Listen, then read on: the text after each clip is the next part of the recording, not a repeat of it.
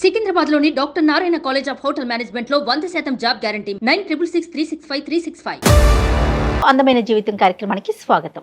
నమస్తే కళ్యాణ్ గారు. నమస్తే జయ గారు. ఇలా కూడా ప్రేమిస్తారా? ఈ రోజుల్లో ఇలా కూడా ఉన్నారా? ఇంకా ఈ స్థాయిలో ప్రేమిస్తారా అనిపించిందండి.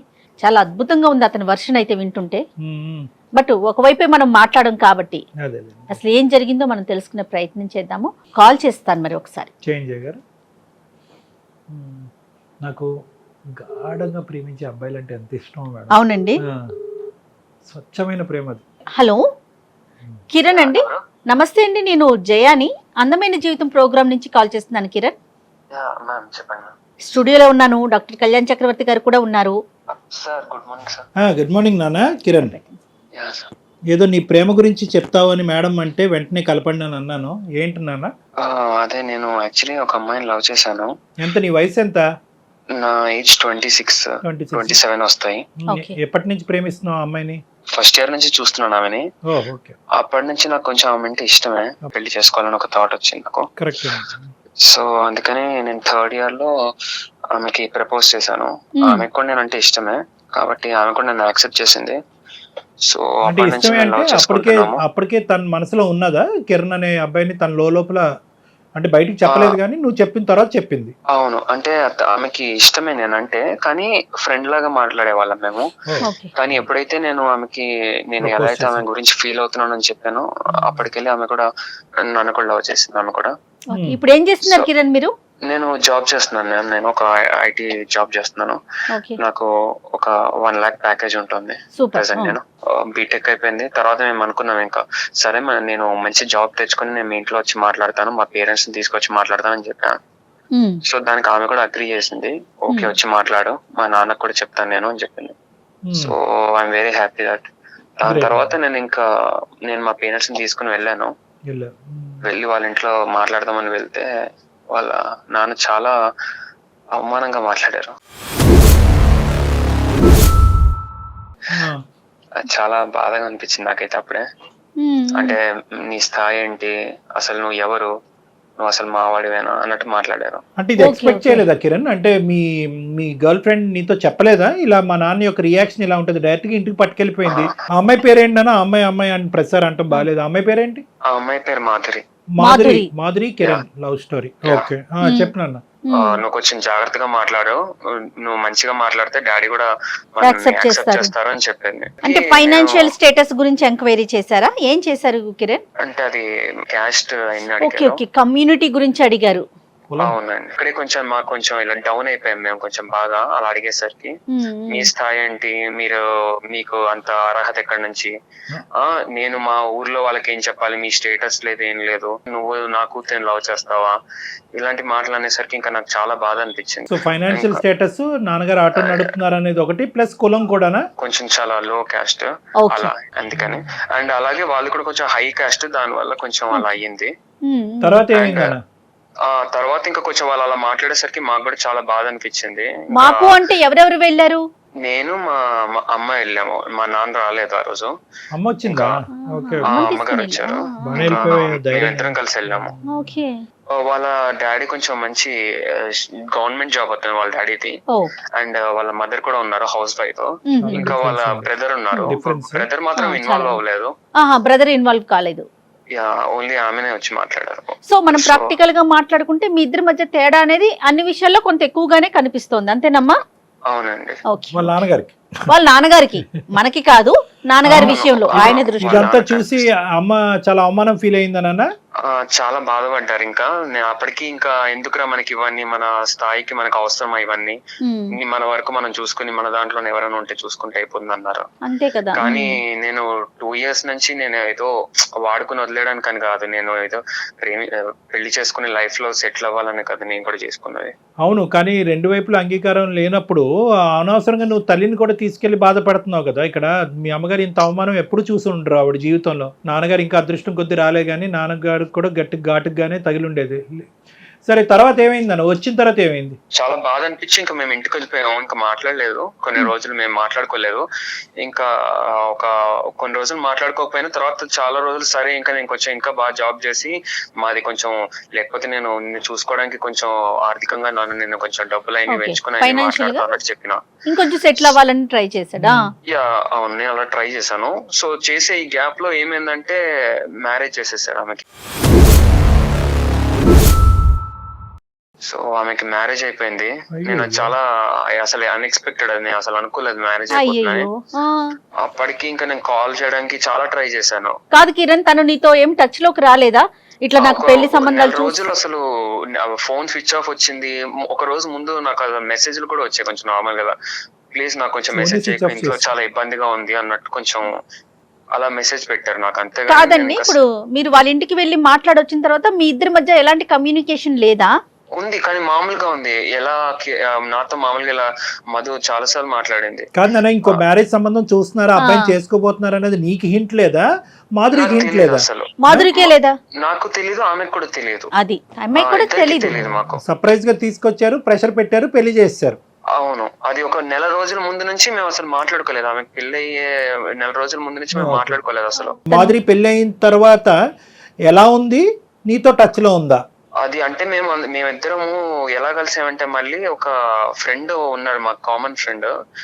మేమిద్దరము ఆయన పెళ్లిలో కలిసాము అసలుకి. అప్పటి వరకు మీ కమ్యూనికేషన్ అంటే ఎంత గ్యాప్? అది ఎంత గ్యాప్? అది దగ్గర ఒక 8-9 months, దగ్గర ఒక 1 year అని ఉండొచ్చు. మాధురికి 1 year పెళ్లి అయిన తర్వాత మళ్ళీ మీరు కలుసుకోవటం.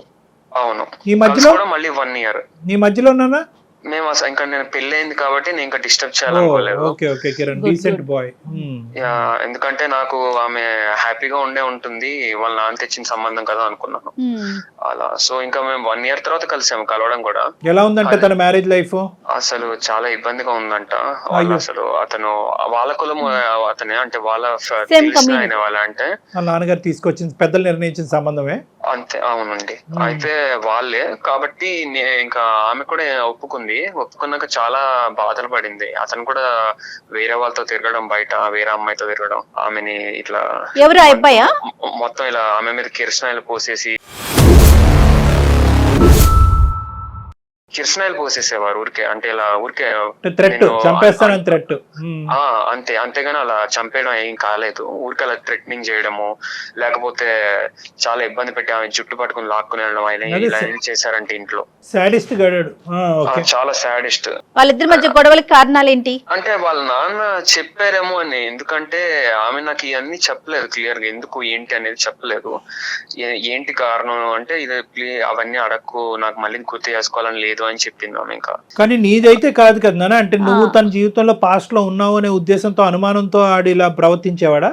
ఇంకేదో వేరే రీజన్ అయితే అయ్యి ఉండదు, ఎందుకంటే అదే అయ్యి ఉంటుంది నాకు తెలిసి. కానీ మాధురి మాత్రం నీకు తెలిసినంత వరకు పెళ్ళయిన తర్వాత నిన్ను తీసి పక్కన పెట్టిందా, లేదంటే ఇంకా తన మనసులో నువ్వే ఉన్నావా కిరణ్? ఆ తర్వాత అదే మేము పెళ్లిలో కలిసి ఇంకా మాట్లాడుకున్నాము. ఇంకా అప్పుడు వాళ్ళిద్దరు డివోర్స్ తీసేసుకున్నారు. డివోర్స్ అయిపోయింది. డివోర్స్ అయిపోయాక నేను అడిగాను, సరే నేను వచ్చి మరి మీ నాన్నతో మళ్ళీ మాట్లాడతాను, నాకు పర్వాలేదు ఏమన్నా కూడా. ఇప్పుడు నా దగ్గర నేను స్టేటస్ ఇవన్నీ అనుకుంటే కనుక నేను కొంచెం సంపాదిస్తున్నాను కదా డబ్బులు అయితే, కాబట్టి నేను వచ్చి మాట్లాడతాను అని చెప్పా. అదే ఫైనాన్షియల్ గా స్ట్రాంగ్ అయ్యాడు కదా. ఫైనాన్షియల్ గా స్ట్రాంగ్ ఒకటిని, కులగోత్రాలను నమ్మి నీకు నచ్చినటువంటి పెళ్లి ఫ్లాప్ అవుతుంది కాబట్టి లవ్ మ్యారేజ్ పెర్ఫెక్ట్ రా బాబు అని చెప్పి అతనికి ఒక ఎగ్జాంపుల్ ఇవ్వడానికి ఇతనికి అవకాశం ఉంది. అవును, కానీ అతని బుద్ధి ఎంతవరకు తర్వాత ఏమైంది? ఆ తర్వాత నేను మళ్ళీ వెళ్ళి కమ్యూనికేట్ అయ్యాను వాళ్ళ డాడీతో, మాట్లాడడానికి వెళ్ళాను. వెళ్ళాక వాళ్ళ నాన్నేమో, మా కూతురు నేను ఇంట్లోనే పెట్టుకుంటాను, వేరే మా కులంలో ఉన్న వాళ్ళకి ఎవరికైనా ఇచ్చి పెళ్లి చేసుకుంటానేమో కానీ నీకు మాత్రం ఇవ్వను. ఈసారి అయితే మీ అమ్మనైతే తీసుకెళ్లే కదా? నేను లేదు, నేను ఒక్కనే వెళ్ళి మాట్లాడాను. ఇంట్లో అయినా ఉంచుకుంటాడంటే కానీ వేరే కమ్యూనిటీలో పెళ్లి చేయడట. అదేలేండి, కానీ ఇక్కడ మాధురి పాత్ర ఏంటన్నా నాకు అర్థం కావట్లేదు. మాధురి పాత్ర ఏంటి అసలు? ప్రేమించుకోవటం అంటే కనుక ఇంక అంతేనా? One sided self goal? నీ గోల్ నువ్వు కొట్టుకోవటమేనా? ఆ అమ్మాయి ముందుకు రాదా? ఒకసారి అలా అయ్యింది నాన్న, నీ వల్లే అయ్యింది, నా ప్రేమించిన వాడిని దూరం పెట్టా, మళ్ళీ రెండోసారి వచ్చాడు, మళ్ళీ ఆడి మేడ చుట్టూ ఉరితాడు పెడతాం ఏంది? గట్టిగా మాట్లాడదా మాధురి? ఇంకా అంటే వాళ్ళ నాన్న అంటే చాలా ఇష్టం ఆమెకి, చాలా బాగా చూసుకున్నాడు. మరి నువ్వంటే కాదు కిరణ్, నానంటే చాలా ఇష్టం. మరి నువ్వంటే ఏంటి? నేనంటే కూడా ఇష్టం, అందుకే వాళ్ళ నాన్న ఎట్లా కుదురుతుంది? చాలా సార్లు మరి అడిగాను. ఒప్పించుకోవాలి కదా. అన్ని ప్రాబ్లమ్స్ అన్ని ఈ కోడా దగ్గరే వస్తున్నాయి. ఆ అవ్వ కావాలి బొవ్వ కావాలంటే అవ్వదు. ఆ తీసుకొచ్చిన బొవ్వ ఎలా ఉందో అనేది ఇంతకు ముందు ఆ అమ్మాయి అసలే రుచి చూసింది, కిరసనాయలు కూడా మీద పోయించుకుంది 1-10 సార్లు. అంటే వాళ్ళ నాన్న ఎప్పుడు ఒప్పుకుని ఉండేవాడు? ఆ అమ్మాయి మీద కిరసనాయలు పోసేసి అగ్గిపొల్ల గీసేసిన తర్వాత ఒప్పుకుంటాడా? అడిగినోడు లేక. సరే, ఇప్పుడు మా దగ్గరికి ఎందుకు వచ్చావు? అంటే తనకి నేనంటే చాలా ఇష్టం, కానీ వాళ్ళ నాన్న చెప్పినట్టే విందాం అన్నట్టు ఆమె అనుకుంటోంది. అంటే వినటం అంటే ఏంటి? వాళ్ళ కమ్యూనిటీలోనే మళ్ళీ పెళ్లి చేసుకోవాలనా? ఆహా, అంటే వాళ్ళ నాన్న కన్విన్స్ చేసి ఇంట్లో ఒప్పించే పెళ్లి చేసుకుందాం మనం, పారిపోయి కాదు అన్నట్టు. సో ఇన్ని జరిగిన అంటే ఇక్కడ మనకు కనిపించేది ఏంటంటే కిరణ్, ఇన్ని సంఘటనలు ఇంత పరిస్థితి వచ్చినా కూడా ఇప్పుడు కూడా మాధురి తండ్రిని నిందించట్లేదు, తండ్రి వైపు వేలెత్తి చూపెట్టట్లేదు. ఇంకా తండ్రి చెప్పే మాట శిరసా వహిస్తాను, తండ్రి గీసిన గీత కమ్యూనిటీలో కానీ బయట నుంచి కానీ ఏదైనా తండ్రి తీసుకొచ్చిన సంబంధమే, అంతేనా? అంటే తను అంటే ఇష్టమే, తను నాతో రావడానికి ఇబ్బంది పడుతుంది. ఇంట్లో ఒప్పించే పెళ్లి చేసుకుందాం, చేసుకుంటే కూడా నన్నే చేసుకుంటాను అంటాను. పెళ్లికి ముందు గానీ పెళ్లి తర్వాత గానీ మాధురి పాట మాధురిదే, అంతే. తండ్రి పాత్ర తండ్రిదే. ఎటొచ్చి ఏంటంటే ఈ అబ్బాయే పోరాడుతున్నాడు, అంతే. ఇబ్బంది పడుతున్నది కిరణ్ ఒక్కడే మేడం. ఇంకోటి ఏంటంటే మాధురిని కూడా ఇక్కడ ఏం అనలేకపోతున్నాం ఇక్కడ, ఎందుకంటే మాధురి చాలా అసర్టివ్ అండ్ స్ట్రాంగ్ ఫాదర్ అక్కడ. ఇక్కడ పాపం ఈ అబ్బాయి పరిస్థితి చాలా బాధాకరంగా ఉంది. ఏం చేయాలి నాన్న? ఇప్పుడు ఎవరితో మాట్లాడదాం? ఇప్పుడు నేను ఒకసారి మాధురితో కాన్ఫరెన్స్ పెట్టిస్తాను, ఒక్కసారి మీరు మాట్లాడి ఒకసారి ఆమెను కన్విన్స్ చేస్తే కనుక. నువ్వేం ఎక్స్పెక్ట్ చేస్తున్నావు మాధురి దగ్గర నుంచి? మాధురి నాతో పాటు బయటకు వచ్చేస్తే ఇంట్లోంచి నేను ఆమెను పెళ్లి చేసుకుని నేను ఎంత బాగా చూసుకుంటా అనేది చెప్పొచ్చు. ఇప్పుడు కొత్తగా ఈ ఐడియాలు మేము మాధురి బొర్రలో పెట్టలేములే కానీ అది కాదు. ఇప్పుడు బయటకు వచ్చేసే అమ్మాయి అయితే ఎప్పుడో వచ్చేసి ఉండేది అమ్మాయి. ఇప్పుడు డాక్టర్ కళ్యాణ్ చక్రవర్తి జయ చెప్పాలా నువ్వు బయటకు వచ్చే అమ్మాయిని? అలా కాదు. బేసికలీ ఏంటంటే ఆ అమ్మాయి కొద్దిగా ఎక్కడ తండ్రిని కన్విన్స్ చేసేటటువంటి మార్గాలు ఎలా ఉంటాయి, ఏ విధంగా కన్విన్స్ చేయాలి. ఒకప్పుడు తండ్రి ఒప్పుకోకపోతే కనుక ఎటువంటి పెద్దవాళ్ళని ఇన్వాల్వ్ చేయాలి, తండ్రి కూడా రెస్పెక్ట్ ఇచ్చి తండ్రి కూడా మాట్లాడే కొంతమంది ఉంటారు కదా, ఆ వ్యక్తులను ఎలా ఇన్వాల్వ్ చేయాలి అనేది కూడా మనం మాట్లాడాలి. సో కాబట్టి ఏంటంటే నాన్న, ఫస్ట్ టైము కిరణ్ ఇంతకాలం ఓపిక పట్టాడు, చాలా గొప్ప. ఏంటి 3 సంవత్సరాల పాటు చూస్తూనే వ్యక్తపరచకుండా 3 సంవత్సరాల తర్వాత వ్యక్తపరిచి ఆ అమ్మాయి ఒప్పుకున్న తర్వాత, ఆ అమ్మాయి ఒప్పుకున్న 2 సంవత్సరాల తర్వాత తండ్రి వరకు తీసుకెళ్ళి, తండ్రి కాదు అంటే కనుక తలదించుకుని వెనక్కి వచ్చేసి ఆ అమ్మాయి మ్యారేజ్ని డిస్టర్బ్ చేయకుండా, రేపొద్దున మ్యారేజ్ డిస్టర్బ్ అయిన తర్వాత కూడా పాత కిరణ్ లాగే తండ్రిని ఒప్పించాలి అని అనుకునే ఒక మంచి కిరణ్ని ఈరోజు అందమైన జీవితం ద్వారా చెడ్డ కిరణ్ అని చెప్పించాలని మేము అనుకోవట్లే. కాబట్టి పారిపోయి వచ్చేసి లేచిపోయి ఒప్పించేసే అనేది ఈ వేదిక ద్వారా వద్దు, అది కాదు. ఎందుకంటే కనుక ఈరోజు ఆ తండ్రి చాలా గట్టి తండ్రి, చాలా మంచి తండ్రి అయినా కూడా చాలా పట్టు వదలనటువంటి విక్రమార్కుడు లాంటి తండ్రి అతను. రేపొద్దున ఈ పని చేస్తే కనుక ఆ అమ్మాయికి ఇప్పుడు చూపెట్టేది కాదు, అతను తర్వాత చూపెడతాడు ఒక విచిత్రమైన ప్రపంచం, అంతకు కూడా ఒడిగొడతాడు. అలా చేయటం ద్వారా మీ ఇద్దరి మధ్యన ఏదైతే కష్టపడి కింద మీద పడి పెళ్లి చేసుకున్న దాని యొక్క విలువ పోతుంది, ఆ సంతోషం పోగొట్టుకున్న వాళ్ళు అవుతారు. కాబట్టి చెప్పే విధానంగా పెద్దరికంగా మేము ఎలా చెప్పాలో అలా చెప్పడానికి ఒక ప్రయత్నం చేస్తాం. ఫస్ట్ మాధురికి ఫోన్ అయినా ఒకసారి చెప్పు మా, ఇట్లా కళ్యాణ్ గారు ఉన్నారు, ఇది అందమైన జీవితం ప్రోగ్రామ్ అని మీరు మాకు చెప్పినాక నెక్స్ట్ మాట్లాడదాం. ఓకే. ఇంకా ఎందుకంటే ఈ అబ్బాయికి కూడా ఇంట్లోంచి ప్రెషర్ ఉంటది కదా, ఇంకెంతకాలం రానమ్మాయి కోసం వెయిట్ చేస్తావు అంటారు కదా. ఇంకా గొప్ప మనసు, పెళ్ళైనా నేను చేసుకుంటానని అడుగుతున్నాడు. పెళ్ళైనా పర్వాలేదు, ఆ అమ్మాయిని నువ్వే చేసుకొని పాప తల్లిదండ్రులకు వందనాలు. నమస్కారం. నాన్న మాట్లాడేవా ఇంట్లో? ఏం మాట్లాడాలి కిరణ్, తెలుసు కదా నీకు డాడీ ఏం చెప్తారో. ఎన్నిసార్లు ట్రై చేసినా అదే చెప్తూ ఉంటారు. ఇంకా ఒక్కొక్కసారి ట్రై చేసి కదా. నేను మళ్ళీ మాట్లాడినా, ఎంత చెప్పినా అదే చెప్తున్నారు. నేను ఆల్రెడీ చెప్పినా, మీరు చెప్పిన సంబంధం నేను చేసుకున్నా, ఏం జరిగిందో చూసారు కదా, అట్లీస్ట్ ఇప్పుడైనా ఒప్పుకోండి అని చాలా ట్రై చేశా, కానీ అసలు వినడం లేదు నా మాట. ఏదైనా పర్లేదు, కొంచెం టైం తీసుకొనైనా నీకు మంచి సంబంధం తెస్తా నేను అని అదే చెప్తున్నారు. అయితే నేను ఇది అందమైన జీవితం అని ఒక ప్రోగ్రామ్ ఉంది కదా, వాళ్ళకి మెయిల్ పెట్టా. యాక్చువల్లీ వాళ్ళు ఒకసారి మాట్లాడతావా? లేదు కొంచెం మాట్లాడు ఒకసారి. మాధురి సార్ చెప్పండి సార్. నమస్తే అమ్మా.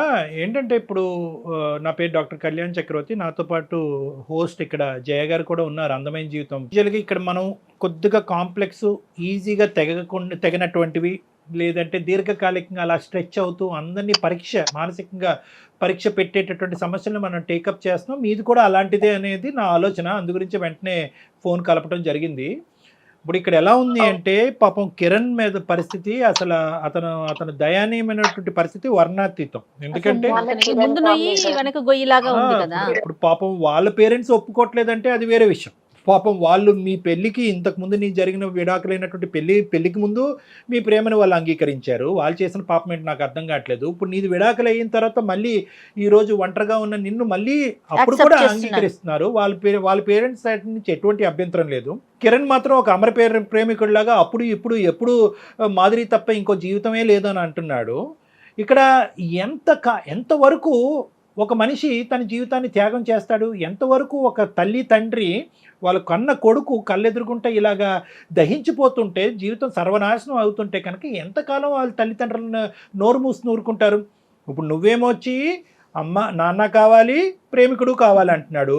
కానీ ఇక్కడ నువ్వు కావాలి అని అంటూనే ప్రేమికుడిని ఏమొచ్చి రబ్బర్ బ్యాండ్ లాగా సాగదీస్తున్నావు. మీ నాన్న మాత్రం అలా గుప్పెట్లో పెట్టుకుని కాపాడుకుంటున్నాం. మీ నాన్నతో గొడవ పడమని అనట్లేదు, మాట్లాడే విధంగా మీ తండ్రితో మాదిరి నువ్వు మాట్లాడేవా అని అడుగుతున్నా. కిరణ్ కాల్ చేశారు నాన్న.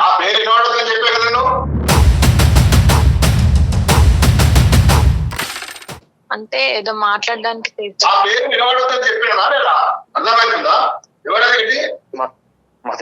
హలో హలో బాబు, నీకు ఇంత ముందు చెప్పా కదా అంకుల్. ఎంత మంచి చెప్పినా నీకు అర్థం కాదా? కాదంకుల్, నాతో ప్రాబ్లం ఏంటి అంకుల్? నేను సంపాదిస్తున్నాను కూడా కదా అంకుల్. నెలకి ₹1,00,000 వస్తాయి అంకుల్. ఎవరికి ₹1,00,000? అసలు నువ్వెక్కడా నేనెక్కడా? అసలు నీకు నాకేమైనా పొంతన ఉందా? అంకుల్ మీరు ఆల్రెడీ ఒక మ్యారేజ్ చేశారు కదా అంకుల్, అది చూసారు కదా ఎలా అయిందో మొత్తం పెళ్లి. అది పెళ్లి అయింది, డివోర్స్ అయిపోయింది. అతను అంతా టార్చర్ చేశాడు. నేను 2 years నుంచి లవ్ చేస్తున్నాను. పర్వాలేదు, ఇంకోటి అయినా కూడా పర్వాలేదు. నాకు నీకు చాలా చాలా దూరం ఉంది. అది నా కమ్యూనిటీ వాడైనా నా కమ్యూనిటీ వాడు ఎవడైనా పర్లేదు నేను ఇచ్చుకుంటాను. దీనికి నీకు సంబంధం లేని విషయం. నువ్వెక్కడా నేనెక్కడా? ఇప్పుడు ఏంటి అంకుల్ ఇన్ని ఇయర్స్? ఎప్పుడు అంకుల్ అది ఎన్నేళ్ళు అయింది అంకుల్ అదంతా అయిపోయి?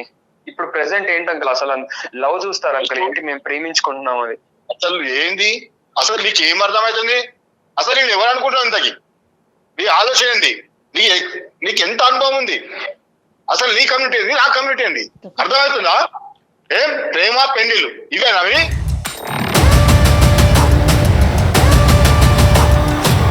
అంకుల్ కనీసం నా కొంత కూడా నువ్వు చేరలేవు. అర్థమైందా?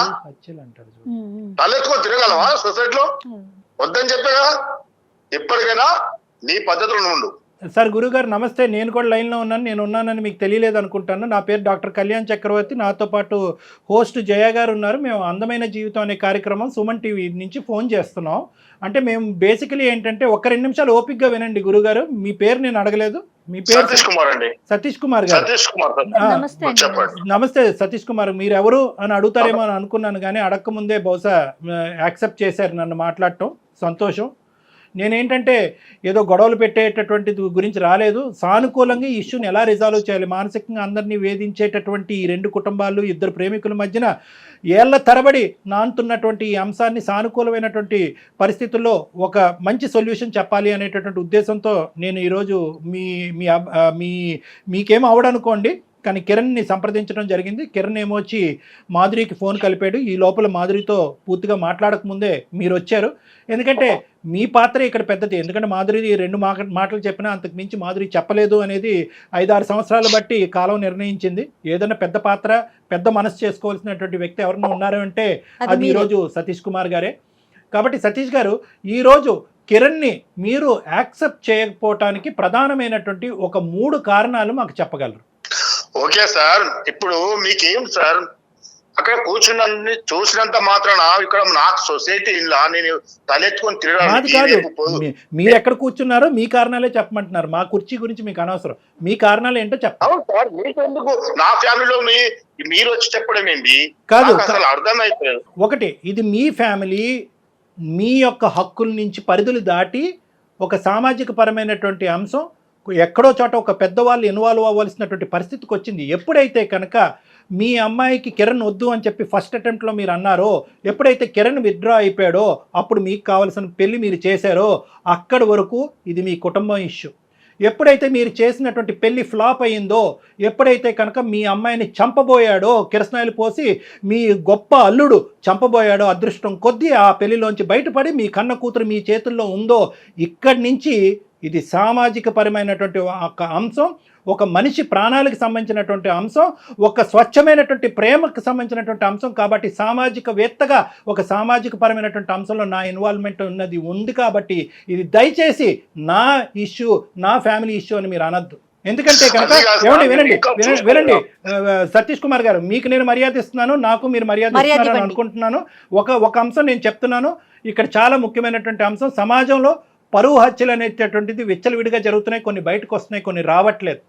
ఆ స్థాయి కేటగిరీకి చెందినటువంటి ఈ అంశం కాదు అని అనుకున్నా కూడా ఇది దాని నుంచి ఎంతో దూరంలో లేదు అనేది ఈరోజు మీ టోన్ ద్వారా నాకు అర్థమవుతుంది.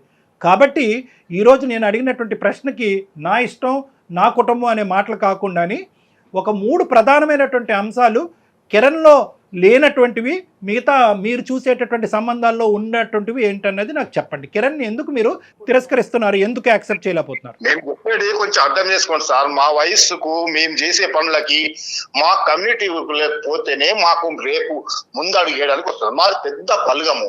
మా ఫ్యామిలీలో ఎక్కడ పోయినా ఎటు పోయినా కానీ చిన్నదైనా పెద్దదైనా చాలా పెద్ద బలగం. తలెత్తుకొని తిరగాలనుకున్నా కొంతలు లేని సంబంధాలు పట్టలేము సార్, కరెక్ట్ కాదు. ఎందుకంటే నేను ఇంటికి పెద్ద కుటుంబంలో పెద్ద మనిషిని, నాకంటూ ఒక 10 మందిలో పలుకుబడి ఉంది. దీన్ని ఎదిరించి నా కులాన్ని ప్రోత్సహించకుండా నేను పిల్లల్ని చేస్తే నాకు రేపు పరువు ఏమైతుంది? అసలు కనీసం తిరగలనా? ఒకటే ఒక్క మాట అండి, ఈ రోజు నా పిల్ల ప్రాణాలతో ఉంది కాబట్టి నా పరువు, నా చుట్టాలు, నా బలగం, నేను పెద్ద మనిషిని అంటున్నారు. ఆ అమ్మాయిని అతను మీరు సో కాల్డ్ ఒక పర్సన్కి ఇచ్చి పెళ్లి చేశారు. ఆ అబ్బాయి చంపేసి ఉన్నట్లయితే ఈ పరువు, మర్యాద, మీ పెద్దరికం ఏమయ్యేది? కరెక్ట్ అమ్మా. ఇప్పటికైనా కూడా అదే నా సొసైటీ వాడైతే నాకు పర్వాలేదు, అయితే ఇంకొకటి చేస్తా. ఇంకా కొంచెం కాదండి, ఎన్ని హింసలు పెడుతున్నా, ఎన్ని బాధలు పెడుతున్నా మీ కమ్యూనిటీలో పర్సన్ అయితే పర్వాలా, బయట మనిషి అయితే యాక్సెప్ట్ చేయరు, అంతేనా మీరు చెప్పేది? కరెక్ట్ కదమ్మా. ఇప్పుడు ఎట్లా అంటే ఒకసారి మీరు చూడండి, మీరు ఎన్ని చూస్తలేరు బయట, మా ఊర్లో చూస్తారా, పక్క ఊర్లో చూడండి, ఎంత ఇప్పటికీ ఊర్లో కులం నుంచి వివేయడము, ఊరు బయట పెట్టడము, వాళ్ళకు మంచి అయినా మేము మాకు చెడైనా ఎవరికి పోకుండా ఎంత ప్రాబ్లం అయితే తెలుసా? ఆ పిల్లలకి ఏం తెలుసమ్మా? కాదండి, మీ అమ్మాయి మీ మీద ఇంకా చాలా గౌరవంతో ఒకసారి ఇబ్బంది పడి చావు బతుకుల మధ్య మీ ఇంటికి వచ్చినా కూడా ఇంకా మా నాన్న ఇష్టం, మా నాన్న మాట్లాడితేనే, మా ఇంట్లో వాళ్ళు ఒప్పుకుంటేనే నిన్ను పెళ్లి చేసుకుంటానని చెప్పి మీకు అంత గౌరవం ఇస్తోంది. మీరు ఒక్క మెట్టు తగ్గలేరండి పిల్ల సంతోషం కోసం? మీరే నుంచొని చేస్తే సొసైటీ ఏమంటదండి, మీ చుట్టాలు ఏమంటారు? మీరే నుంచొని చేస్తే ఏమన్నారండి? మమ్మల్ని ఏమన్నారమ్మా, కాకపోతే ఊరు బయట వదిలేస్తారు.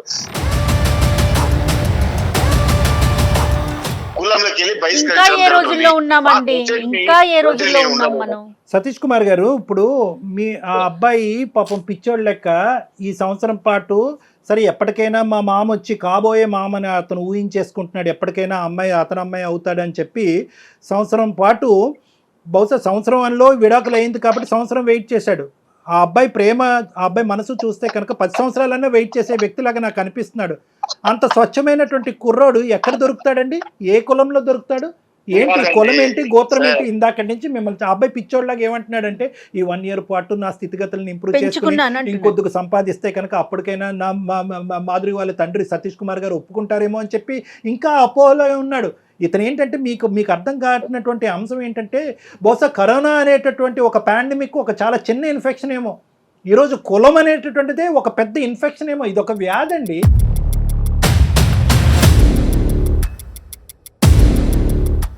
ఎందుకంటే కనుక మీ అమ్మాయి మీకు గౌరవం ఇస్తుంది, ప్రేమ ఇస్తుంది, పంచ ప్రాణాలు ఇస్తుంది.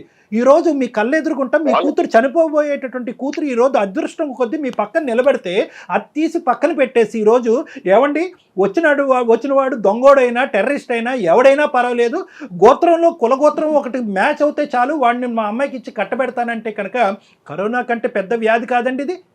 ఎంత పెద్ద ఇన్ఫెక్షన్ అండి, ఏ కులం అండి? నేను ఇందాక నుంచి ఒకే ప్రశ్న అడుగుతున్నాను. కిరణ్లో లేనటువంటి 3 అంశాలు, మీకు నచ్చినటువంటి 3 అంశాలు అంటే కనుక మీరు చెప్పినటువంటి పాట పెద్ద కులం చిన్న కులం, పెద్ద కులం చిన్న కులం, మా కులం మా పేరు, పెద్ద చిన్న ఏంటండి? ఈ చెప్పి నాకు సొసైటీలో తిరగాలంటే మా ప్రాపర్టీకి నా పేరులో ఉన్న ఆస్తులు కానీ మా పాప పేరు మీద ఆస్తులు కానీ ఒక రకంగా ఏ దాన్ని చూసుకున్నా కిరణ్ కు మాకు పొంతన లేదు. కులం కలిసింది ఇంతకుముందు నన్ను ఇంకా ఇంప్రూవ్ చేసుకుని నాకు కొంచెం మంచి తమ్ముడు నువ్వు ఎంత కష్టపడినా, నువ్వు ఎంత ఇంప్రూవ్ చేసుకున్నా నీ కులాన్ని మార్చుకోలేగా. సంపాదించిన ఆ పెద్ద మనిషికి కనిపించేటటువంటి ఒకే ఏంటంటే కులం. నువ్వేమనుకుంటున్నావు అంటే కనుక మిగతా అంశాల్లో నేను పెరుగుతూ పెద్ద అయ్యితే కనుక ఇతను ఒప్పుకుంటాడేమో అనుకుంటున్నావు. కాదు, ఆ పెద్ద మనిషికి కనిపించేటటువంటి ఒకటే అంశం ఏంటంటే అది మనిషి ప్రాణాల కంటే ఎక్కువగా చూసేటటువంటి ఒక అంశం ఏంటంటే కులం. ఆ కులం అనేటటువంటి వ్యాధి, ఆ కులం అనే వ్యసనం ఇతని మనసులోంచి తీస్తే గానీ మాదిరి నువ్వు ఒకరెవరు. అది సాధ్యమా కిరణ్? నా బిడ్డ అంటే నాకు ప్రేమ లేదా సార్? నా బిడ్డ అంటే కనీసం చిన్నప్పటి నుంచి ఎంత గారాభంగా పెంచాలో తెలుసా? ఆమె ఏడ పాదం పెడితే మట్టెడుతాను ప్రేమతో పెంచుకున్నా. కానీ నా బిడ్డ ఈ రోజు సార్ నేను కూడా అలాగే చూసుకుంటాను, నేను కూడా ప్రేమగానే చూసుకుంటాను. నీవు చూసుకున్నా కాదు, ఇప్పుడు నా బిడ్డకు జరిగిందని బాధపడడం కాదు. మళ్ళీ చెయ్యకుండా మళ్ళీ ఇప్పుడైనా నా కమ్యూనిటీ వాడై ఉండాలి. చాలా ఎక్కువ మాట్లాడారు మా సతీష్ కుమార్ గారు. మీరు మీ కమ్యూనిటీకి శతకోటి వందనాలు. మీలాగా ఆలోచించేటటువంటి వాళ్ళందరికీ ఇంకో శతకోటి వందనాలు.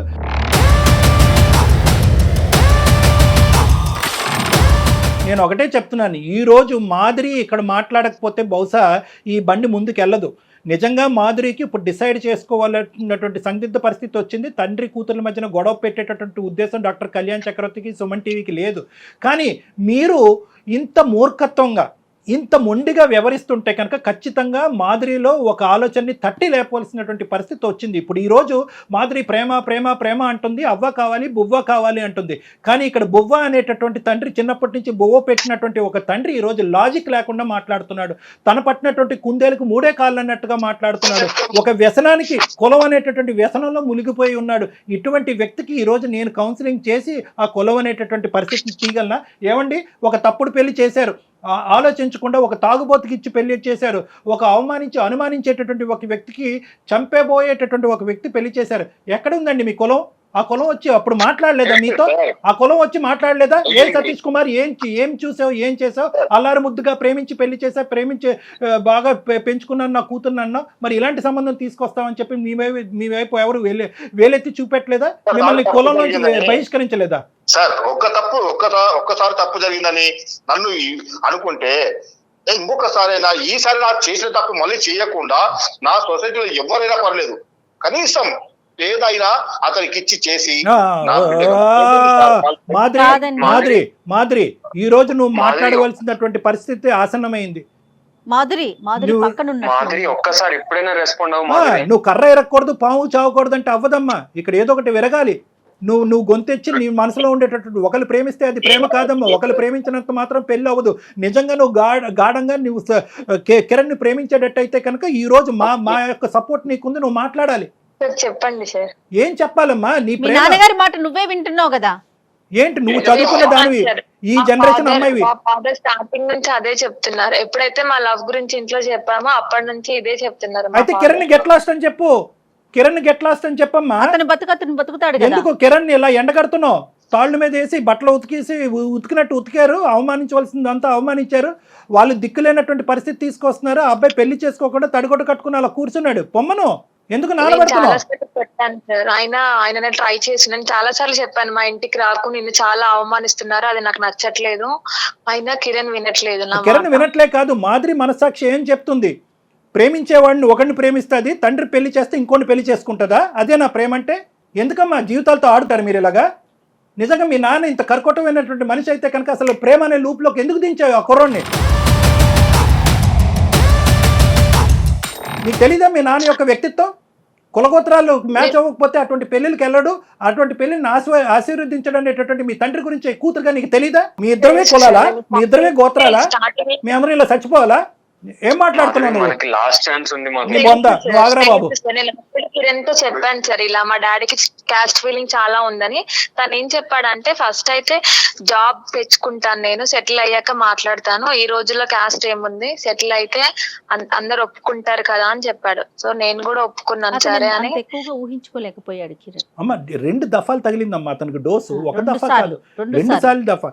ఎప్పుడు పెళ్లికి ముందు గోత్రం అనే మాట ఎత్తున్నటువంటి తండ్రిని, తల్లిని కూడా అవమానించాడు. అప్పుడైనా కిరణ్కి బుద్ధి రావాలి. లేదు రెండోసారి భర్తను వదిలేసినటువంటి మాధురి వచ్చి నిలబడిన తర్వాత ఇప్పటికీ గోత్రం కులగోత్రాల గురించే తండ్రి మాట్లాడుతున్నప్పుడైనా కిరణ్కి బుద్ధి రావాలి. అతనిది పుట్టుకతో పెట్టినటువంటి వెన్నతో పెట్టిన విద్య కిరణ్. అతను మారడు. నీకు మాధురి కావాలా? మాధురి నీకు ప్రేమ కావాలా? నీకు కిరణ్ కావాలా? అంటే మా డాడీ ఒప్పుకుంటేనే నేను చేసుకుంటాను పెళ్లి. సతీష్ గారు, నేను ఒకటే మాట అంటున్నాను, ఇంత మంచి కూతుర్ని ప్రేమాన్ని త్యాగం చేసి తండ్రి మాట జబదాటకూడదు అనేటటువంటి 2 దఫాలు తన జీవితం అన్యాయం అయిపోయినా పర్లేదు, తండ్రి మాటను కొట్టేయకూడదు అనేటటువంటి కూతురి ప్రేమని మీ ప్రేమ ముందు ఏంటండి చెప్పండి? మీ ప్రేమ పనిచేస్తుందా? ఇటువంటి మంచి కూతుర్ని, అటువంటి మంచి అల్లుడిని తీసుకురాగలరా మీరు? నేను ఛాలెంజ్ చేస్తున్నాను. ఒక్కసారి నా మాట వినండి సార్. నేను విన్ను మీ గోత్రం అనే కులం గోత్రం అనే మాటలు తప్ప ఏదైనా వింటా. మీరు అది తప్ప ఇంకేం మాట్లాడట్లే. ఇంకా మాట్లాడలేదు. వాళ్ళిద్దరికి పెళ్లి చేయండి, వాళ్ళ పెళ్లికి నేను గ్యారంటీగా నిలబడతా. చేయండి. ఒక్కసారి చూడండి, వాళ్ళకి ఏం తెలుసు సార్ పెళ్లిల గురించి? నా రోజులో నా బిడ్డ మీద మోజిపోతుంది, అవతల ఇంకా ఎక్కడో చేసిపోతాడు. అసలు వీళ్ళ గురించి నేను పబ్లిక్ లో తిరగకుండా నేను దూరంగా ఉండడము, నా అన్నదమ్ముళ్ళు బలగము ఎప్పుడు నా ఇంటికి రాకపోవడం. 100 మందిని తీసుకురండి సార్. ఏమండి సతీష్ కుమార్ గారు, 100 మందిని తేండి. సో కాల్డ్ బలగం అంటున్నారు కదా, బలగాన్ని తీసుకురండి. ఆ బలగం అందరితో నేను మాట్లాడతాను. ఏ బలగం అండి? ఏ బలగం వస్తుంది చెప్పండి? మీరెందుకు తలెత్తుకుని తిరగలేనంత పాపం పని మీరు ఏం చేశారు ఈ కాలంలో? మీరు ఇంకా ఏడా సార్, మీరు ఒక్కసారి మా ఊరి పొలిమరలో కూడా కనీసం మాకు పొంతన లేని మనిషితో నేను ఎట్లా చేసి ఉండగలను సార్ పెళ్లి? కాదు సార్, ఒకటే సతీష్ గారు, మీరు ఒకటే చెప్తా, మీరు ఇంత లోతుగా మీ వేరులతో పాటు ఈ ఆలోచన శైలి దిగబడింది. చూడండి, వాడు వదిలేసి వెళ్ళిపోతే, వాడు మోజు తీరిపోతే అంటే కనుక మీరు ఇవన్నీ ఈ కాకమ్మ కబుర్లన్నీ మాకు చెప్పొద్దు. ఎందుకంటే కనుక మీరు ఏ ముక్కు మొహం తెలియని వాడు కేవలం కులం మ్యాచ్ అయిందని తీసుకొచ్చి పక్కన కూర్చోపెట్టేవాడు కంటే 6 సంవత్సరాల పాటు లవ్ చేసి ఒక భగ్న ప్రేమికుడిలాగా అలా కూర్చుని అన్ని జీవితంలో అన్ని వదులుకుని వాళ్ళ కుటుంబాన్ని, తల్లిదండ్రుల యొక్క ఆశలు కోరికలు కూడా త్యాగం చేసినటువంటి కిరణ్తో మీరు తీసుకొచ్చే ఏ సంబంధాన్ని కూడా మీరు పోల్చలేరు. Full stop. మీరు మీ తరపున ఎవరైతే 3, 4, 5 పెద్ద మనుషులు ఉంటారో రండి నా దగ్గర. మీ అన్నదమ్ములు రండి. మీరు ఎవరో గౌరవించేటటువంటి మీ కులం ఎవరో 2, 3 పెద్దలు ఉంటారు కదా. అసలు ఇక్కడ జరిగేటటువంటి వాస్తవ పరిస్థితి, అసలు కిరణ్ ఎవరు, కిరణ్ ఎంత మంచివాడు, ఎంత గొప్పవాడు అనేటటువంటిది ఇప్పుడుకొచ్చి మీరు ఆ పెద్ద మనుషులకి ఎవరికి చెప్పలేదు అనేది నాది గ్యారంటీ. మీరు ఎవరికి చెప్పలే. వాళ్ళు గోత్రం కులం అంటున్నారు, మీరు అది నమ్ముతున్నారు. కాబట్టి ఎవరైతే ఒక 4, 5 పెద్ద మనుషులు తీసుకుని నా దగ్గర రండి. మీరు రండి నా దగ్గర, మనం కూర్చుందాం. కిరణ్ కూడా పిలిపిద్దాం, మాధురిని కూడా కూర్చోపెడదాం, మనందరం కూర్చుని మాట్లాడుకుందాం. అంతేగాని దయచేసి ఈ ప్రేమని ఇలా తొక్కేయద్దు. ఇది నా విన్నపం. 2 చేతులు ఎత్తి దండం పెడుతున్నా. సతీష్ గారు, డాక్టర్ గారు ఏం చెప్తున్నారు ఒకసారి ఆలకించండి దయచేసి. చెప్పట్లేదు, వేదన. నలుగురు అన్నదమ్ములు కలిసి వచ్చినప్పుడు వాళ్ళు ఒప్పించండి, మీరు అన్నట్టు కదా గ్రాండ్ గా పెళ్లి చేసేద్దాం. ఓకే, వాళ్ళని ఒప్పించాలంటారు నన్ను. ఆ నలుగురిని ఒప్పించాలా? వాళ్ళని ఒప్పిస్తే మీరు ఒప్పుకుంటారా?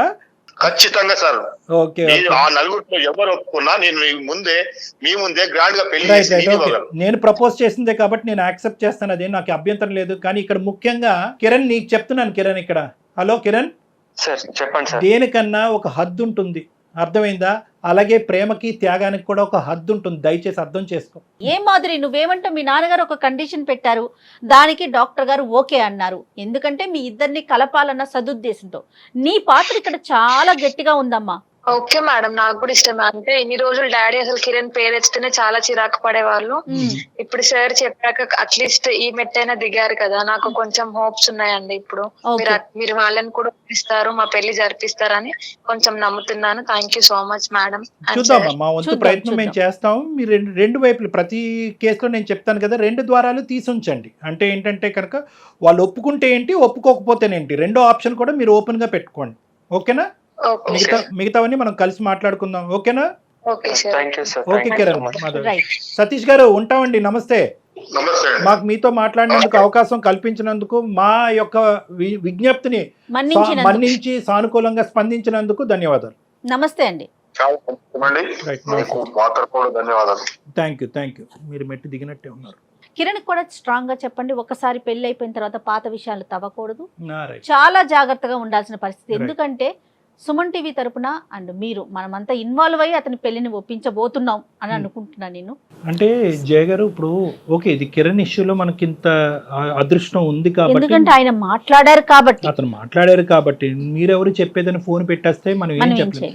ఎందుకంటే ఇంతకుముందు మనం మాట్లాడుకున్నట్టుగా ఈ కుల అనే బేసిస్ మీద జరిగేటటువంటి పరువు హత్యల వరకు దారి తీయకపోయినా కూడా చాలా అవమానకరమైనటువంటి హింసాత్మకమైనటువంటి సంఘటనలు జరగటం వల్ల సూసైడ్ వరకు దాడులు తీసేటటువంటి సందర్భాలు ఎన్నో చూస్తున్నాం. అట్లీస్ట్ మనం ఈ చేసేటటువంటి ఒక ఎపిసోడు ఆ విధంగా ఇందాక నుంచి 1-10 సార్లు అన్నాను, కరోనా కంటే పెద్ద వ్యాధి అని నేను ఎందుకు అన్నానంటే కనుక అటువంటి స్ట్రైకింగ్ వర్డ్స్ మనం కొన్ని మాట్లాడితే అట్లీస్ట్ ఆ మాట వినైనా కూడా ఈ కులం అనేటటువంటి ఒక సబ్జెక్టు, ప్రేమ అనేటటువంటి గొప్ప హ్యూమన్ బేసిస్ మీద నడిచేటటువంటి ఒక మానవత్వంతో కూడినటువంటి ఒక పవిత్రమైనటువంటి దాన్ని అడ్డుకట్టు వేయలేదు అనేది వాళ్ళకి తగులుతుంది, ఆ విధంగా అనిపిస్తుంది అనే ఉద్దేశంతో నేను ఆ మాట అన్నాను. తప్పకుండా అండి, మీరు చెప్పింది 100% ట్రూ. కళ్యాణ్ గారు, చూద్దామండి వాళ్ళు ఎంతమంది వస్తారో, ఏం మాట్లాడాల్సిన పరిస్థితి మీకు వస్తుందో, ఎట్లయినా మీరు వాళ్ళని ఒప్పిస్తారని నేనైతే అనుకుంటా ఉన్నాను. చూద్దాం. తప్పకుండా జయ గారు. నమస్తే. నమస్తే.